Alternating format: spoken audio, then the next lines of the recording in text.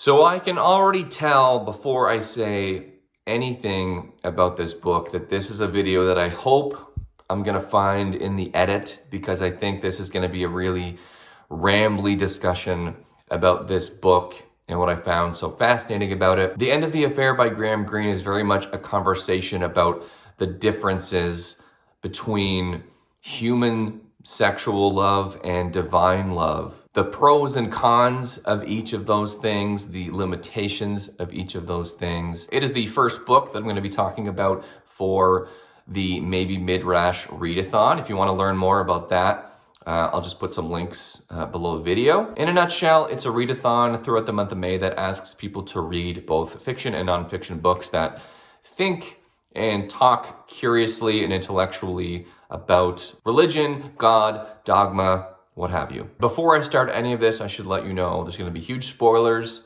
in this video. I can't talk about the nature of religion and spirituality in this story without talking about the story itself from start to finish. But I will say, I don't think enjoyment of this story hinges on knowing what happens or not. I think the subtext and the larger conversation that happens because of this book is much more important, but that's just my opinion after having read it, so you make the call yourself. So you've been warned. Whether you were raised Christian or not, or know a lot about it, going into this book, I think there's a couple of things you kind of need to establish. One, it's that Christians believe that a person should love God above all things, even the people in their lives that they love the most. Two, Christians believe that sexual love should never be elevated above that love for God or even love for their fellow man, which makes it really easy for Christian moralists to denounce human sexual love or desire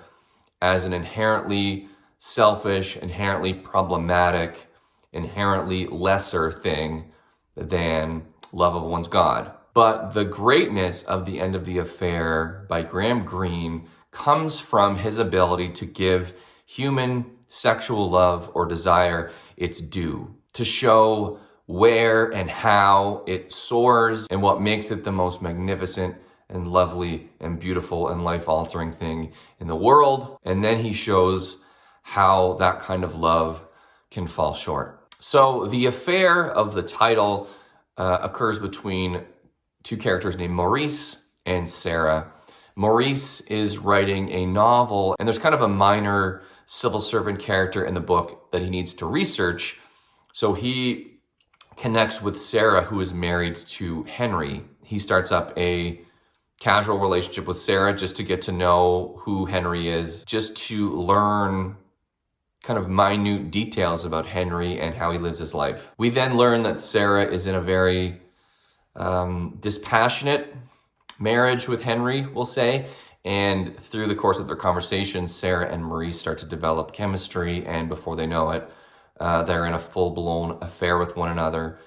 And at this point in their lives, they don't really have much of a care for sin or what's right or what's wrong, where they're literally having sex on the floor of Sarah's kitchen while Henry is sick in a bed upstairs. Already in this video, I'm already starting to feel the pressure of like, this is supposed to be a conversation about the nature of God and the conversations we have about religion and surrounding religion. I'm going to get to it, I swear to God. It just takes a little bit of rambling to get there. So as the title of the book will say, their affair eventually ends. And what was happening between Sarah and Maurice is actually kind of in the past in the story. The current timeline involves Henry, who has become friendly with Maurice by this time, confronts Maurice and tells him he thinks Sarah is having an affair because he's noticing some stuff with her behavior and he's starting to worry that something is happening.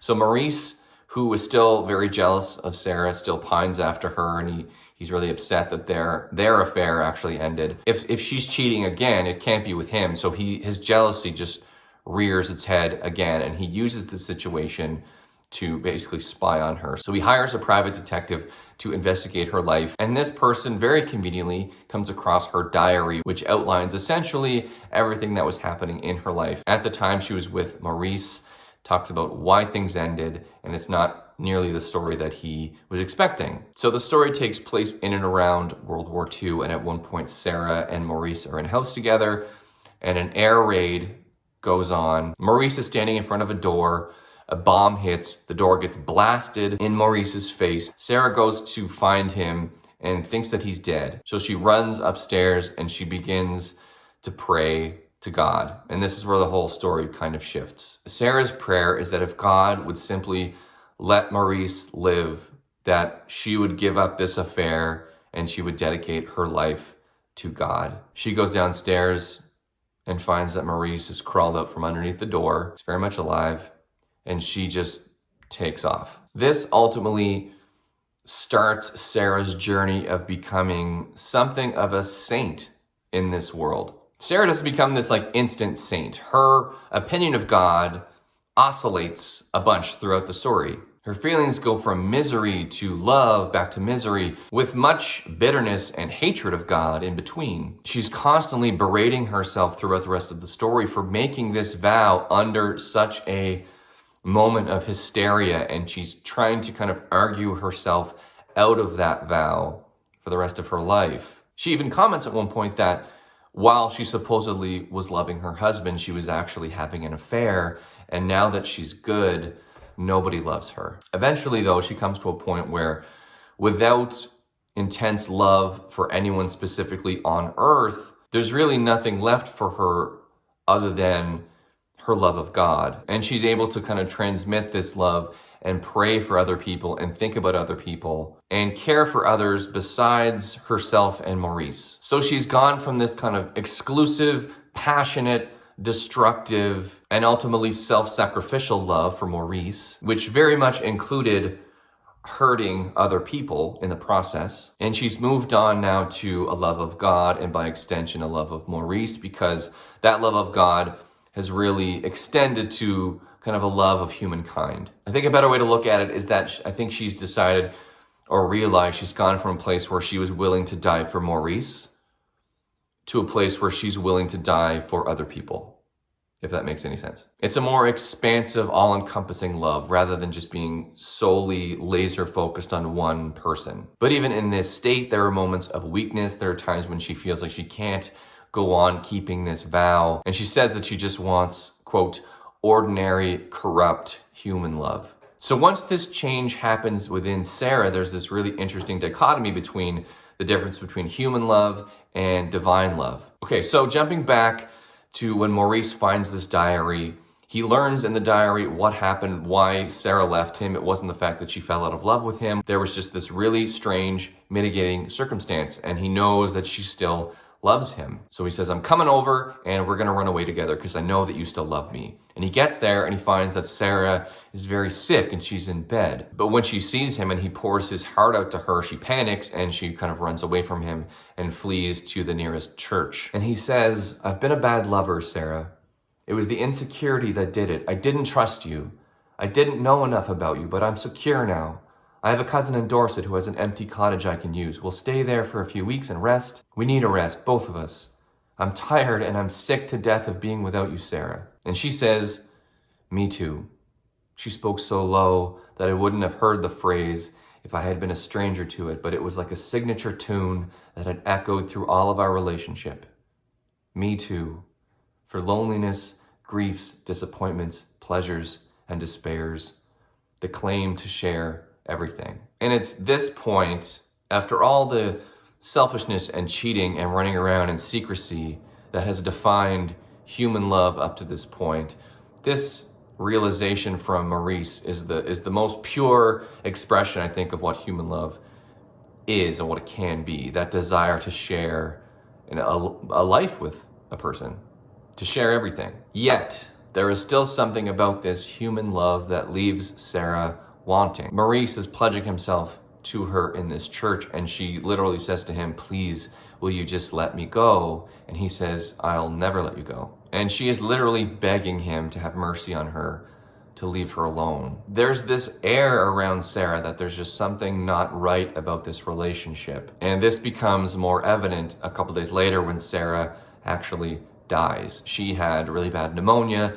and it kills her. Maurice, in his flawed humanness, takes revenge on God in this circumstance in the only way he knows how, by denying her a proper Christian burial. And there's just this great scene when the priest is confronting Maurice about the possibility of a Christian burial, and the priest is trying to kind of guilt him into doing it, and he tells him, "We remember our dead." And Maurice's angry response is just so powerful. I thought angrily, "How do you remember them?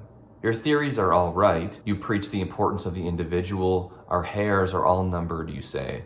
But I can feel her hair on the back of my hand. I can remember the fine dust of hair at the base of the spine as she lay face down on my bed. We remember our dead too, in our way." And to that, what can the priest really say? Even if you think human sexual love is something lesser than divine love, you can't deny that it is unique and it is beautiful, as flawed as it can be. It means well. In these circumstances, spiritual love just seems like a really poor substitute for the knowledge of another person, and not just a knowledge of their flesh, although that's a big part of it. The fulfillment that comes from a spiritual divine love just doesn't compare in the same ways to that intimate knowledge of another person and what it feels like to fall in love with someone. But the priest does have an answer to Maurice in this situation. Maurice is adamant with Father Crompton, and he says, "A great many people loved her." Father Crompton turned his eyes on me like a headmaster who hears an interruption at the back of the class from some snotty youngster. "Perhaps not enough," he said. I think it's a start to an interesting conversation about how frail human love can be and how easily we can abandon it, or how things can get in the way, where spiritual divine love, love of God, is much more usually unwavering for people, and people don't use small events or misfortunes as a reason to bail on it, when people so often do that with human desire. It's funny, after the priest said that, immediately as I read the line, I was like, what a dickish thing to say. Like, that's bullshit. He's talking completely from his side. He doesn't understand. And then the more I thought about it, the more I kind of remember like all the instances in which human love doesn't seem to be enough, and it gets in its own way, and just how undedicated we are to it at times, how easily we'll allow that kind of love to deteriorate, where the relationship someone has with God, I think, survives a lot more. And whether one is better than the other, that's not really part of this conversation, at least not for me. I just thought it was interesting to kind of see that demarcation between the two. Like, Maurice felt like he had this really deep, undying love for Sarah, and in the end, that love deteriorates into nothing more than lies and hate. It's really, really sad. And just like when you think about how often that happens, how every marriage, every relationship, everyone who's ever said I love you to another person, how often not only does that not work out, but how often that turns into two people hating one another. It's crazy. So as accurately and painfully as Graham Greene understands and depicts human love, that ultimately, I don't know if that's what this book is about. And at this point, we're finally getting to the big religious point of this video. So thank you for sticking with me. I think the most important part of this story in particular, whether you believe this is the case in real life or not, with this story, the most important thing is God's love for man. But what I love about it is that Greene is no more sentimental about God's love for man as he is for man's love for man. Like, on the first page of the book, Maurice refers to God as that other in whom in those days we were lucky enough not to believe. And with that one ominous line on page 1, God looms over this entire story. And throughout the rest of the book, I think the reader can't help but experience belief in God as Maurice experiences it. An absolute fucking disaster. God is not a person in this story that is welcomed happily. He's not even a comfort for these people in their lives. What's fascinating is that God is portrayed as a rival to human happiness, and at best, an unwelcome guest. God pursues people, God demands things from people, and he will not leave them alone. And God certainly doesn't leave Maurice alone. After Sarah's death, God, one could argue, starts to pursue Maurice as his next convert. When Maurice is trying to deny Sarah a Christian burial, information arises that Sarah's been meeting with a priest secretly and has planned to have a Christian burial for herself, which just pisses Maurice off, and he bitterly accuses God of turning up like a strange relation returned from the Antipodes. And perhaps knowing how staunch an atheist Maurice actually is, knowing how even hateful of God Maurice actually is, God starts pursuing Maurice with obvious answers to prayers, and even miracles start happening. But take it with a grain of salt, these things are in the eye of the beholder. For example, Sarah does actually have a funeral, and Maurice is actually with a woman when he shows up to the funeral. And when he's there, he just really starts to feel guilty that he's with another person.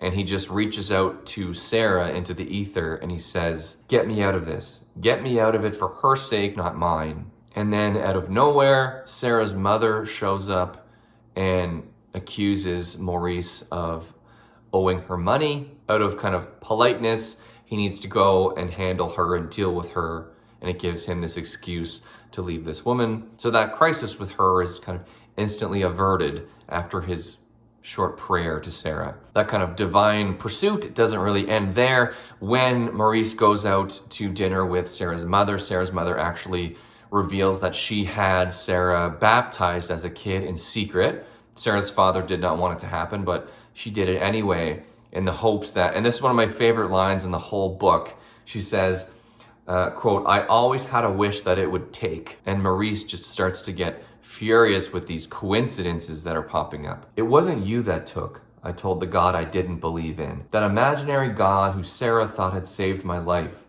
For what conceivable purpose? And who had ruined, even in this non-existence, the only deep happiness I had ever experienced. It's just a coincidence, I thought, a horrible coincidence that nearly brought her back at the end to you. You can't mark a 2-year-old child for life with a bit of water and a prayer.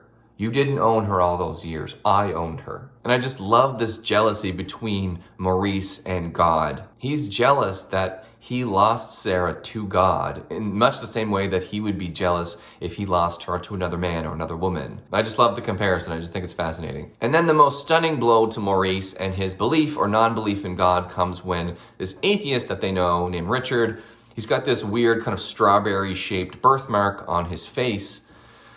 He was very close with Sarah, and he goes to sleep one night with a lock of Sarah's hair under his head, and he wakes up the next day and his birthmark has disappeared. And it's after this that Maurice begins to admit that he believes in God, and it's also at this point that the conversation surrounding a relationship to God or religion or spirituality gets really, really interesting. "If I begin to love God, I can't just die.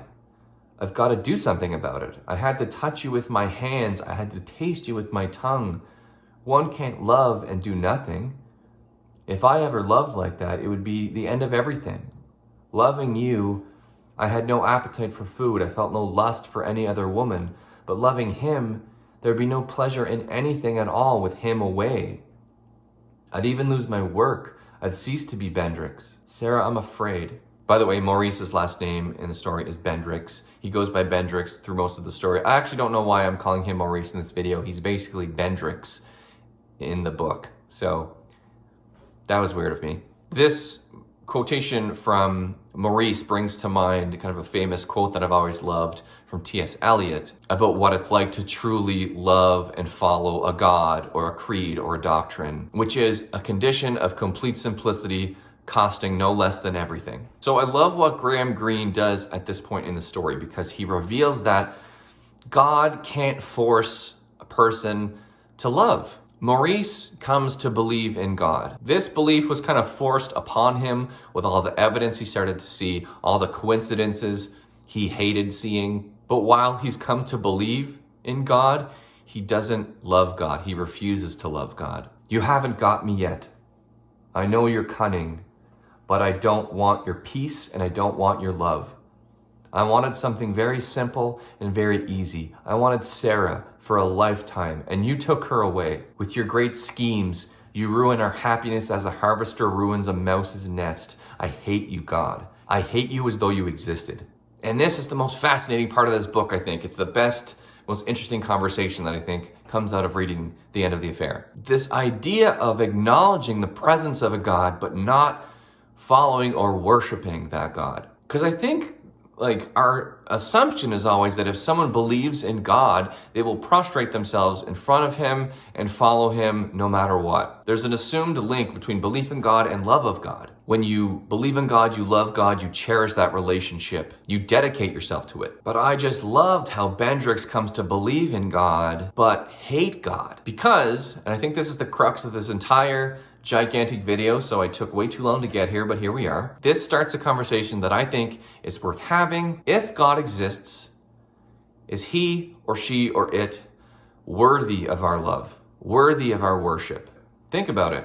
And the final line of the book is this desperate plea for damnation from Maurice, which I just love. Oh God, you've done enough. You've robbed me of enough. I'm too tired and old to learn to love.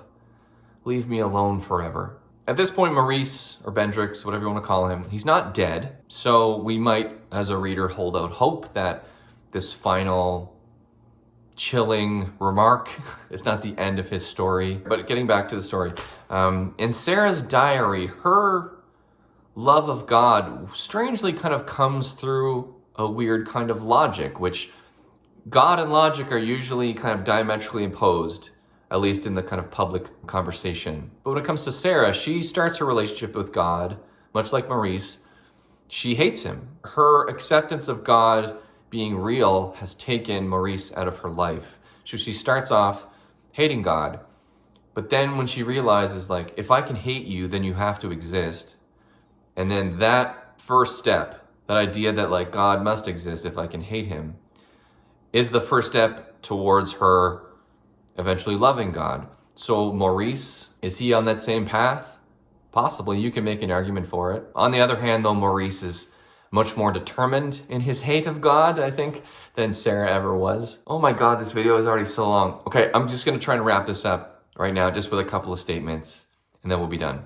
Maurice's story in The End of the Affair is just, it's all too typical of human nature and how human nature bumps into, bounces off of, and fights with a spiritual life. Because reading this story, it just became really obvious to me that we ask for this God of love in our lives. But what we really mean by that is for God to bring a sort of happiness into our lives and then leave us the fuck alone. But here's the difference, and here's why it gets complicated and this relationship doesn't work out the way we always want it to, or most of us want it to. Humans want to be happy. God wants us to be holy. And there's a difference. For most people, there is a vast difference between those two things. God wants us to be humans as near to God as we can get, at least in the Christian mode of thinking. And for the most part, we don't want that. People don't want to be saints. At one point in her diary, Sarah writes that I've caught belief like a disease. Likening belief in God to a disease is kind of saying that her faith threatens her happiness and her health. It's not necessarily something that positively affects her life. This book just made me think of God and belief in God in a way that I've never contemplated before. And it's that idea of, can you believe in God yet choose to live a godless existence? That's essentially what Bendrix is trying to do at the end of the book when he tells God to just leave him alone. So in the end, I don't really have a nice, neat and tidy way to wrap this up. It's a book that started a lot of conversations within myself that I'm very happy to have, and I hope to have with some of you. If you have any thoughts on any of this, if you've read The End of the Affair or have any thoughts on the things that I have said here, please comment down below. It's a big part of what MaybeMidrash is all about. It's the conversation that happens when we talk about really interesting, thoughtful, religious commentary. I'm so sorry this video was so long. I thought it was going to be like 10 minutes, and it's so much longer than that. But yeah, this was my first Graham Greene book. It was phenomenal. No matter what side of the religious, spiritual spectrum you land on, there's a lot to chew on for you. So certainly not the last Graham Greene book that I'm going to read. I absolutely loved it. Would highly recommend it. It's Yeah, it's fascinating. And so with that, I'll leave you alone. My name is Rick McDonnell. I'll talk to you guys in a couple days. Thank you so much for sticking around, and I hope you have a great week of reading. Bye.